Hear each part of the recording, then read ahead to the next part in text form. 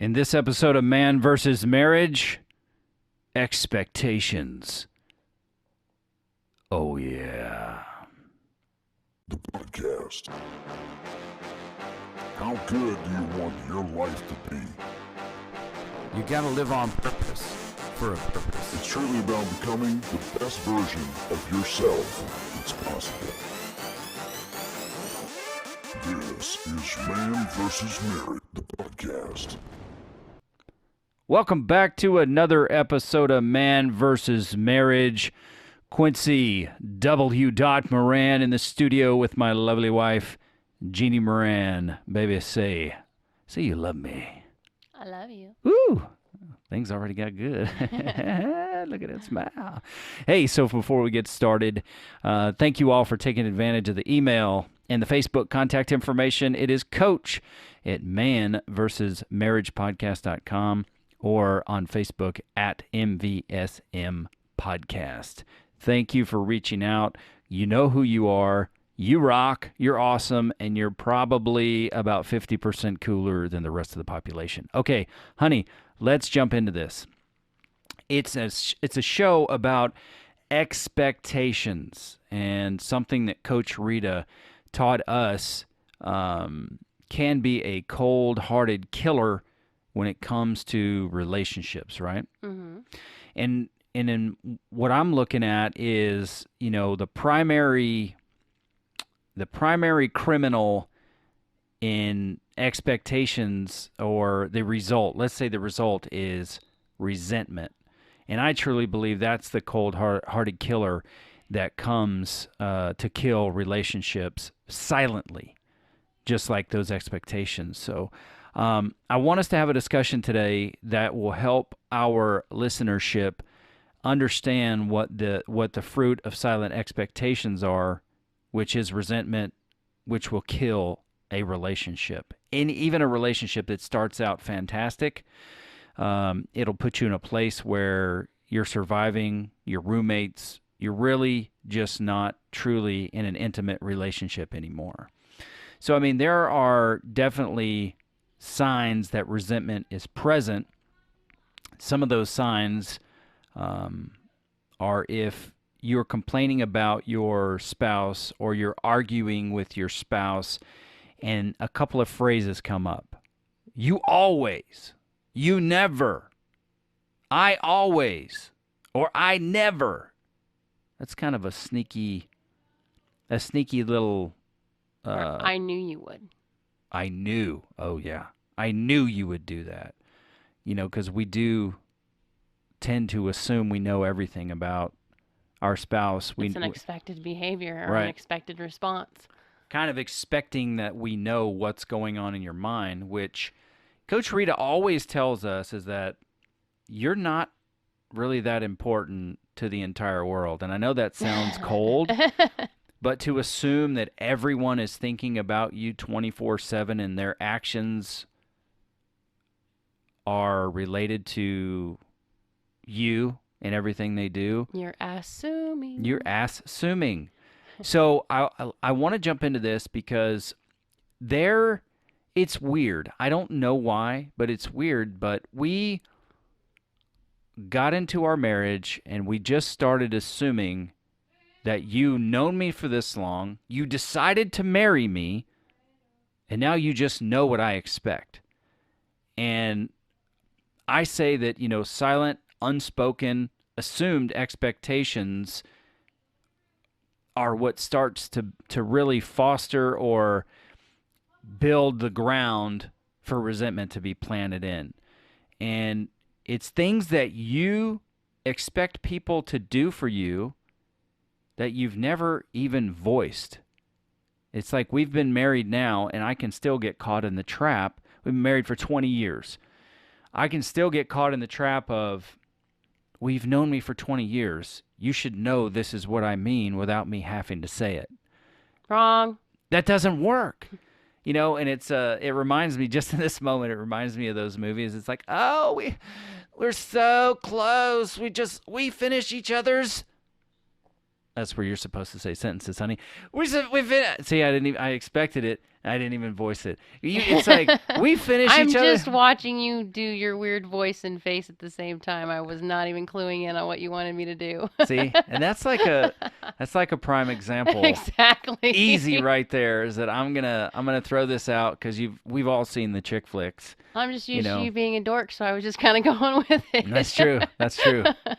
I think we've seen the chick flicks, or we've been around friends, young relationships, and it's like, oh, we just know each other so well. We finish each other's sentences. We always know what each other's thinking, and it's like, no. Just wait for it.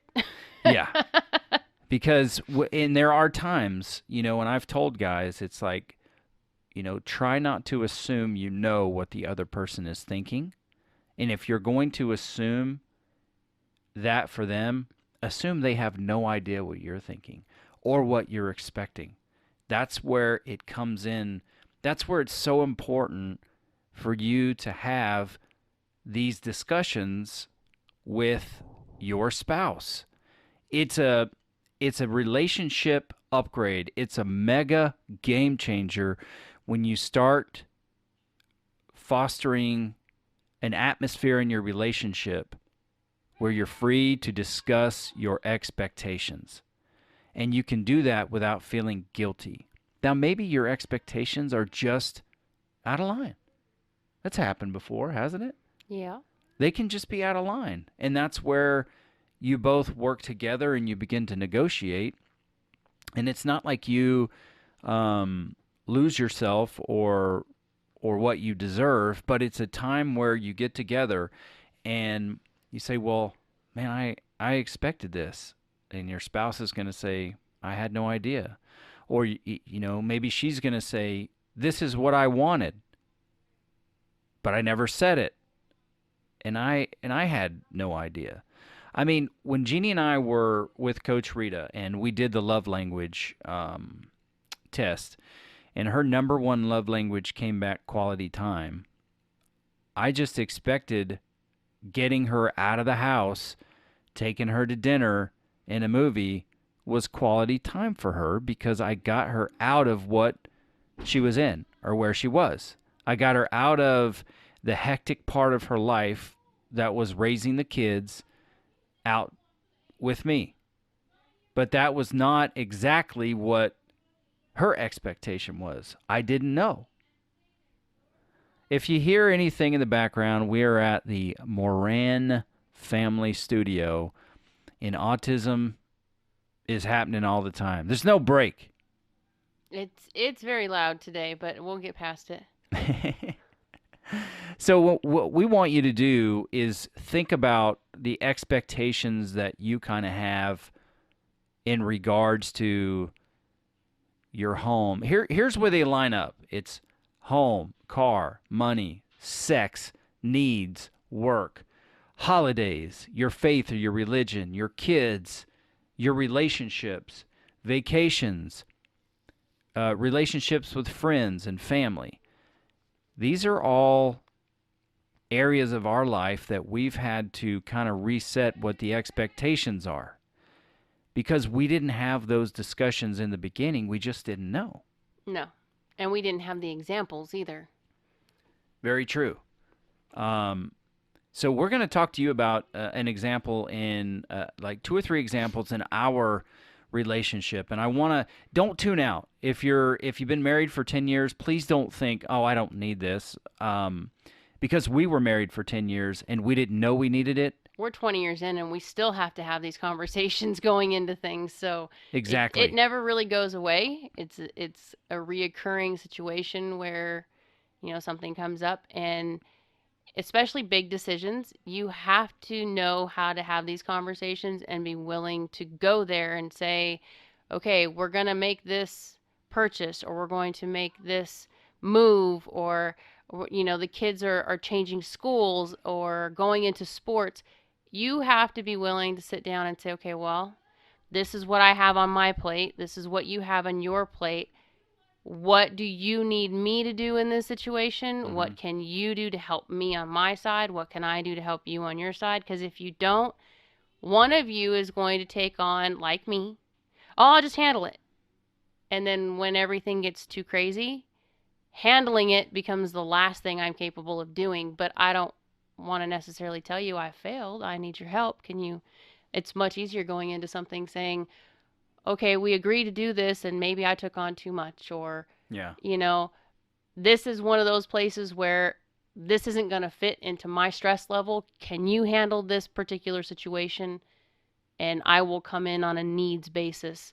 There, you don't know those things, and if you don't discuss them, it makes the arguments way bigger just because if you would have said it in the beginning. Mm-hmm. If you would have learned to use your voice and not feel guilty about it. Now, there's a difference in having expectations and making demands. Oh, There's a very, difference. very different. And having expectations is normal. It's natural. And if you have expectations that you aren't voicing, that they're silent, you just expect the other person to know, when those needs go unmet, that's when resentment starts to build. Mm-hmm. And it kind of happens a little bit at a time. And maybe you're in maybe it's one of those times where y'all are on the mountain in your relationship, things are good, so you kind of sweep it under the rug a little bit. It's like, things are good. You're in your blissful bubble. Yeah, you're in the blissful bubble on top of the mountain. But then, like every relationship on planet Earth, there are ebbs, there are flows, there's hills, there's valleys. You get down into the valley, that bubble gonna pop. That's right. That's right. The bubble has popped, and now you find yourself frustrated or arguing with that, well, you never do this, or you always do this. And you're arguing, let's say you're arguing about taking out the trash, doing the dishes, folding the laundry. Oh, I hear our son in this conversation. True. I always do this. Right. But it's never about the dishes. It's not. The dishes is the proverbial straw that breaks the camel's back. It's always about some unmet expectation that you may or may not have voiced, and it has created resentment in your relationship. And the longer resentment grows in your relationship, the farther and farther you grow apart. And the longer resentment is there, there's like a chemical reaction, and the chemical reaction causes resentment to turn into bitterness. And when bitterness is there, it takes root, and what grows from there is separation. And when separation comes, all too often, it's divorce. So there are things that Jeannie and I went through when we first started doing our coaching with Coach Rita, where we had to sit and talk about things that we resented each other for. Now, it wasn't posed to us, go talk about your resentments. I realized I was resenting you for situations, and Resentment that's where came up because the homework was, what are your expectations for your marriage, and it came out as, when you guys got married, what did you expect was going to happen? What did your marriage look like to you? Where were you going to live? How were you going to raise your kids? What were some of the things that you saw your marriage being? Okay, well, they didn't exactly match. There were some things that were similar. We had a lot of things in common that we wanted. However, how we got to those things was not the same road in our minds. right. So when life started kind of kicking up in our face and we started traveling that road, it was, Quincy, and when we first got married, both of us honestly thought we were going to get married. We were going to move to Alabama and live with his family. We were going to raise our kids there, have a country home. That's what we both thought.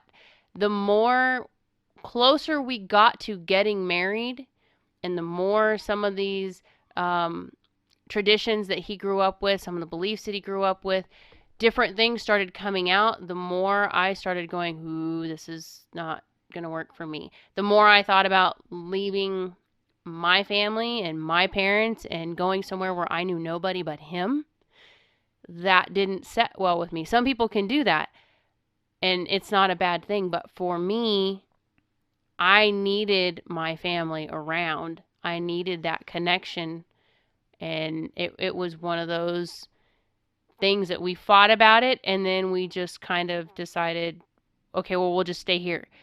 But we never went back to discuss, are you sure you're okay with this?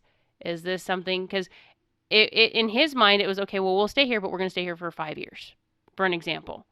It wasn't a set in stone, we're going to stay here in California, period.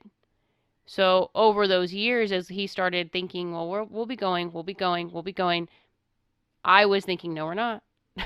No, I'm not. Well, and just to put it out there, I never knew we weren't moving to Alabama after we got married. Because I had never said so. Right. And so when it came closer to time for what I thought it was time for us to go, that was an eruption. Yeah, it was. Because it was an ugly one. I thought we were leaving and, maybe halfway considered moving and waiting for you to move or not move, which would have been a terrible decision. But you never discussed it with me. And maybe it's because you assumed you knew how I would react, but I didn't understand why you didn't want to move.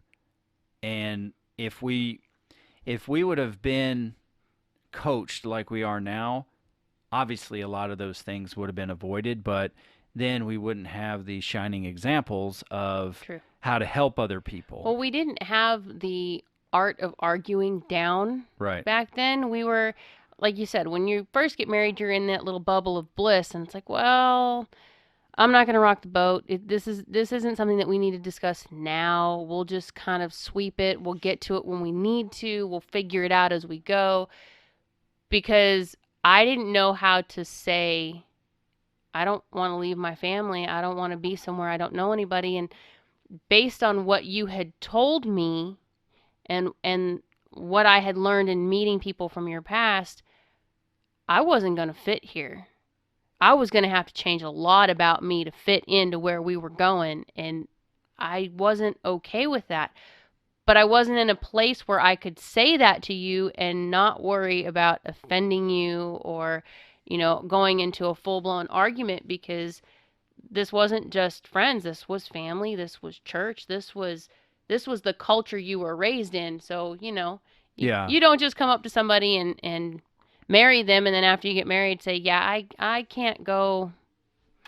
I just don't see myself going redneck at any point in this life. And that's not necessarily who they are, but that would have been what came out of my mouth because I did not have the art of arguing or conversation down at the time. Yeah, and I think it would have been defensive rather than a heart-to-heart conversation, I think. I think if we would have started talking through it, then you would have seen that I was not going to move you there and expect you to conform to their ways. That's and truthfully, kind of weird we're talking about it now. But I never had an expectation of you going there and conforming to that particular religion or those ways. One of the most, as gorgeous as a number 10 as you are, what attracted me so much was the rebel that you were. But see, in getting ready to get married and the fact that we had that discussion about the pants and the dresses, that's what I was basing right. my thought process on was, well, yeah, but you had this big of an issue about almost not marrying me because I wouldn't wear a dress. I'm a jeans and t-shirt kind of girl. That's not what his previous upbringing taught him. And not specifically for the wedding, but I grew up in the Church of God, and our teachings were men wore pants, women wore dresses, and that was like... Hair color and tattoos are a no-no, which I am currently covered in from head to toe and have been for multiple years. So hopefully you're not covered in hair color. Okay. But I would never have had you conform to that, but you wouldn't know that. Because we didn't discuss it. Because we didn't talk about it. And I was basing, my own thoughts were based on a previous argument, because I know you're going to say this.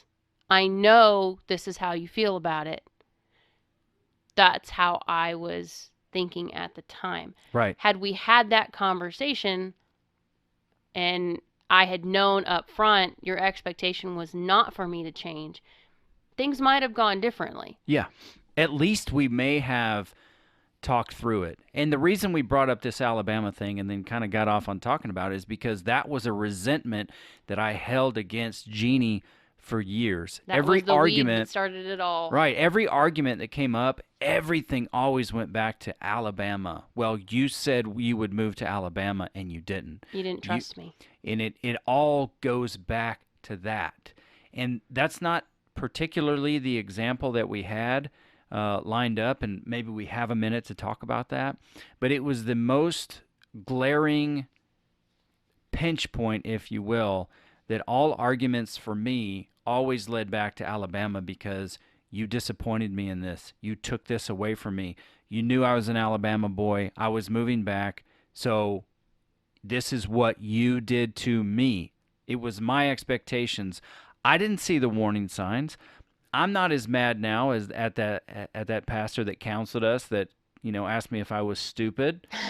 But that's kind of the way I am, though. For me, I say what I mean. I mean what I say. If I say I'm going to change, I don't know what it is. I just change, and I start working in that change immediately. That's not how everybody is. And thankfully, you're not that way. Because how wild would this ride be if we had two people that could change immediately and just start doing things different? Who the heck would we be? Our kids would be a wreck. They don't do change very well either. So, I mean, that was a place of resentment that had grown. My job became a place of resenting my wife. And it's because we have these expectations. We should know these things. You should know this about me. You've known me for so long. Maybe you dated for 10 years and then you got married, and you should know this. But there's no excuse for us not to voice our expectations to each other. And if you don't do it, to hold the other person accountable because they didn't do it. That creates resentment, and it will destroy your relationship, or maybe it's currently destroying your relationship. What happens is you resent them for not doing what you expected. And then that kind of turns into a little bit of a weed. Let's say that's the seed that you plant. So now your resentment turns into a hurt.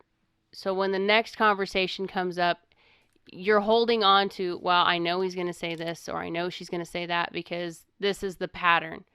So you've automatically built this wall in yourself because you know that this is what you're coming up against. So now your hurt's going to turn into anger because instead of going back and fixing that and correcting, this is what I thought you were going to do, this isn't what happened, I need to hurt, I need to process this, I need you to hear my feelings in this, and then we need to move on. But instead of doing that, you hold that resentment, you hold that hurt. Now your hurt's going to turn to anger.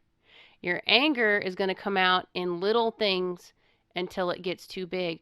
But what happens in those three things, when you hold those so tight, you don't even realize you have decided that your spouse has broken your trust. Whether they intended to or not, whether it was what they did or not, that trust is broken, and you can't open yourself. You break your ability to be vulnerable. You break your ability to have a conversation or to be honest because you expect you always, you never. Yep. I always, I never. And then you start to punish each other. Exactly. So we have to wrap this episode up. We got to keep it short and sweet for you. 3 things I want you to think about. And thank you, honey. Thank you for helping me through this this particular show. Number 1, like she said earlier, what was your hope for your relationship and your marriage? What did it look like? What was the picture in your mind before you got married? Number 2, when you fight or argue, when you fuss and fight with your spouse, what keeps coming up? What do you keep going back to? Even if it doesn't have anything to do with the argument. Exactly. Especially when it has nothing to do with the present argument at hand. And number 3, where did that thing start? For me, you disappointed me. It always led back to Alabama. And then it led back to, not necessarily you betrayed me, but you let me down. You did this to me on purpose. So keep those 3 things in mind as you go about. Email us if we can help. I hope this this episode has helped you in understanding what expectations are and what they will do if they're silent or unspoken, and you hold people in your life accountable for those things. So until the next episode, this is the Q Dog and Genie with Man versus Marriage. See you soon. Or, well, I won't see you, but you'll hear me. The podcast. How good do you want your life to be? It's truly about becoming the best version of yourself that's possible. This is Man versus Marriage. The podcast.